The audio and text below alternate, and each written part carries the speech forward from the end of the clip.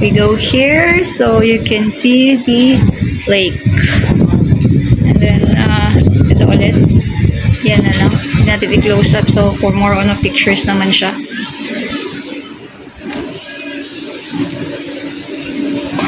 There's the other place that you can visit here. It's the Santis, but the bad side of it is they have a payment for people who gonna go there. I guess 250 daw if you do have vehicle. But here in this place, sa lugar namin, wala naman pong bayad. So I guess parking lang, sa car lang. There's the lake again. Are we there yet? Windmill.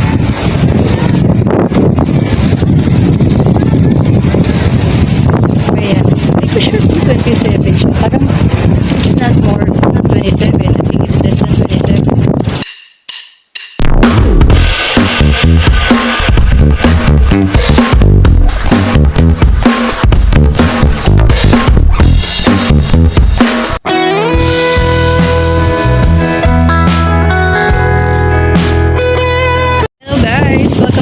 We're here at the Pililla sa Rizal. So, for the windmill. So, sorry if my face is like this kasi sobrang windy niya.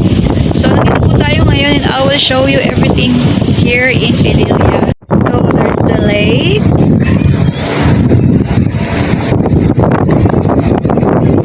Yan po, yung logo nila. I love better Pililla. So, you can see the windmill. Ilang windmill dito, ate? Ilan ang lahat ng windmill dito? 27? Ito oh, taas niya. Guys, before we reached that place, we took a picture of for that place before, but ngayon kasi may harang na, I don't know why. Guess we will go there na. Dito kami before, so if you wanna go restroom, meron doon bayaran PCR, and then for the, ayun pala, sorry, then for the mga souvenirs dyan din. So there's a little eatery. You see here that I have a vlog here as well before. I showed this before as well.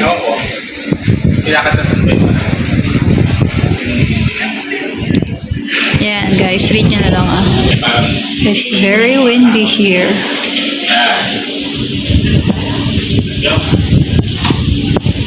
So yan, must try and visit in Pililla. So, Philippine Wind Resources. So, you have to read na lang kasi if I read it all, maybe it will take time. So, that's the map of the Philippines. And this is why is wind energy good for the country. Ayan, basahin nyo na lang din. You read it now. Okay. I guess this is all about for the windmill, yeah. So yeah, what is electricity and how does a wind turbine work? We go here so you can see the lake. And then, ito ulit. Yan na lang. Hindi natin i-close up. So, for more on pictures naman siya.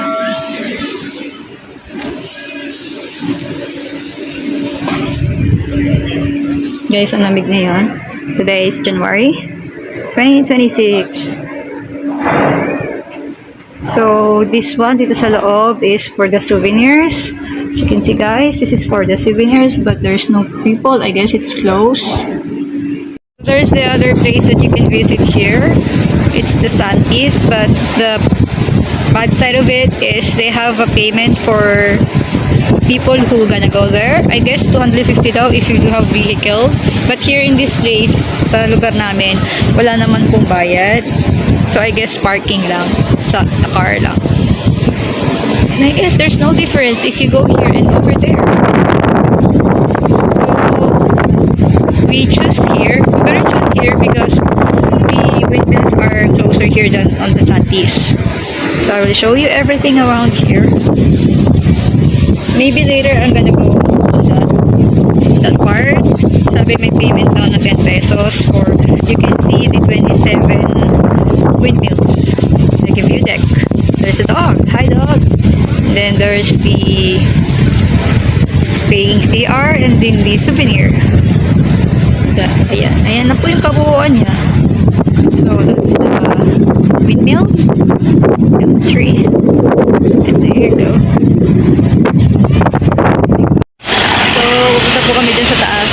So the payment per person is 10 pesos. You have to pay for that dito kay Kuya. Nakatambay siya dito. I don't know where he is. Yeah, that one. And souvenir, and then this is for restaurant. But I guess some of these are closed. It's closed, I mean, sorry. So let's go. We will go there. So we will see the 27. This one. Ayan. Windmill. We will gonna see the 27 windmill. Let's go.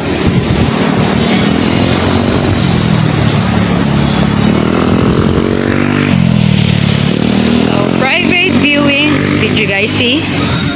Says it? It says private viewing 10 pesos per person.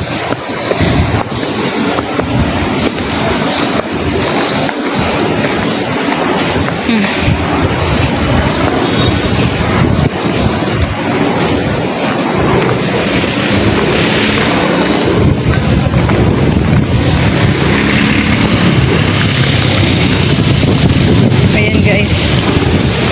Tayo magdadaan. Good thing na it's January, so it's not that hot for this season because it's windy day. Kaya malamig siya ngayon. Ayan, di ba? Naririnig nyo ba yung hangin? Kaya masarap kahit maglakad-lakad ka ng ganito, you won't get sweat. Because it's not hot, or even if you climb like this one, if you go sa mga ganitong hagdanan, di ka mapapagod pero hihingalin ka lang.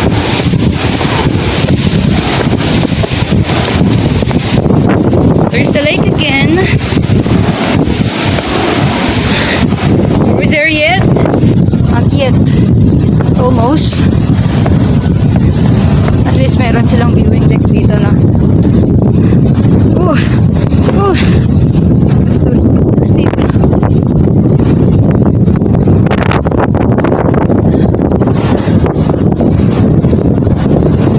Narinig nyo ba yung sounds ng windmill? That's the way to Santi. My mom just went there. I got retired. Not retired. Whoa, we are here now on the view deck.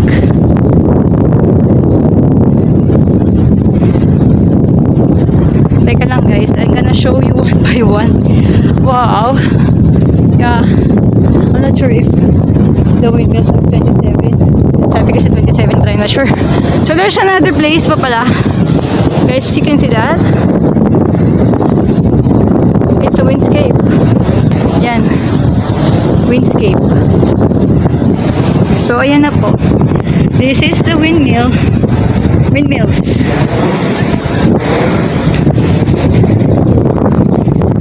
So, lovely here. Guys, narinig niyo ba yung wind? And I'm not sure if you guys can hear my voice because of the wind. We're there, Bando.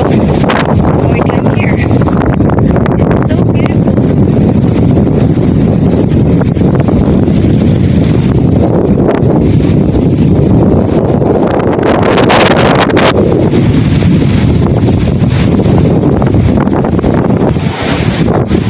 There's the lake.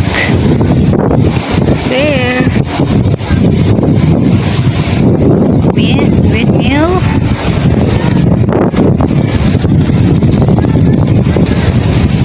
Ayan. Hindi ko sure kung 27 siya. Parang it's not more. It's not 27. I think it's less than 27.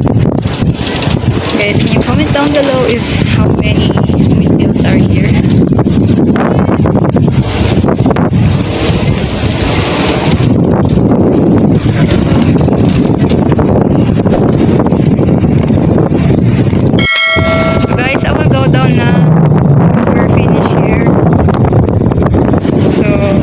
bear with me while I'm going down. So this time siguro hindi ako, I will not talk that much because I'm going down.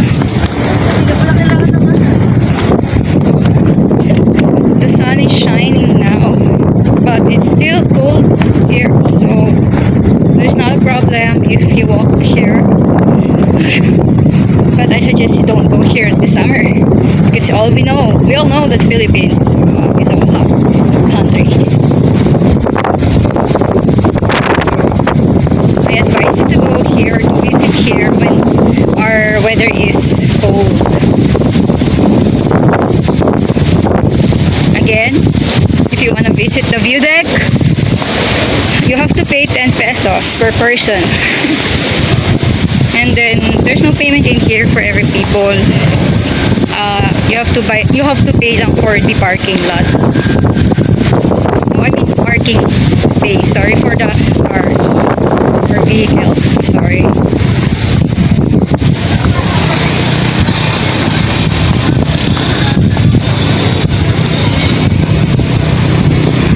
Flex na natin ang sapatos ko. Palladium, baka naman.